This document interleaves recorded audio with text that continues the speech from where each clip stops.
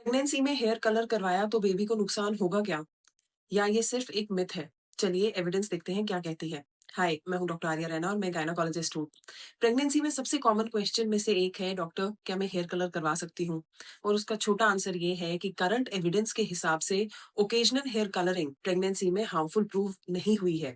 लेकिन एक इंपॉर्टेंट बात है, हमें कंक्लूसिव ह्यूमन स्टडीज नहीं मिली हैं।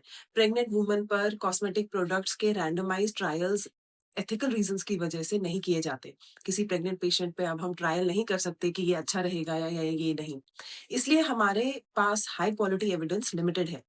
हेयर डाई से स्कैल्प के थ्रू बहुत ही कम केमिकल्स एब्जॉर्ब होते हैं। जो अमाउंट एब्जॉर्ब होता है उसे फीटल हार्म का एविडेंस नहीं मिला है। फिर भी डॉक्टर्स यूजुअली क्या एडवाइस करते हैं, अगर पॉसिबल हो फर्स्ट ट्राइमेस्टर के बाद यानी 13 वीक्स के बाद हेयर कलरिंग करवाना बेटर माना जाता है। ये प्रिकॉशन है क्योंकि फर्स्ट ट्राइमेस्टर में बेबी के ऑर्गन्स डेवलप हो रहे होते हैं, not because hair dye has been proven unsafe. दूसरी इंपॉर्टेंट बात पूछी जाती है हेना के लिए। अगर 100% प्योर नेचुरल हेना मेहंदी है तो जनरली इसे लो रिस्क माना जाता है। लेकिन ब्लैक हेना, इससे बचिए, इसमें पीपीडी करके केमिकल होता है जो सिवियर एलर्जी और स्किन रिएक्शंस कर सकता है। ये नेचुरल हेना नहीं होता। तीसरा इंपॉर्टेंट क्वेश्चन पूछते हैं इंडिगो के बारे में।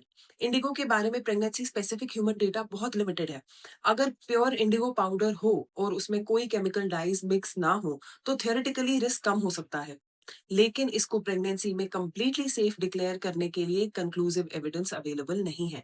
इसलिए इंग्रेडिएंट लिस्ट जरूर चेक कीजिए। अब अगर हेयर कलर करना ही है तो सेकेंड ट्राइमेस्टर के बाद प्रेफर कीजिए।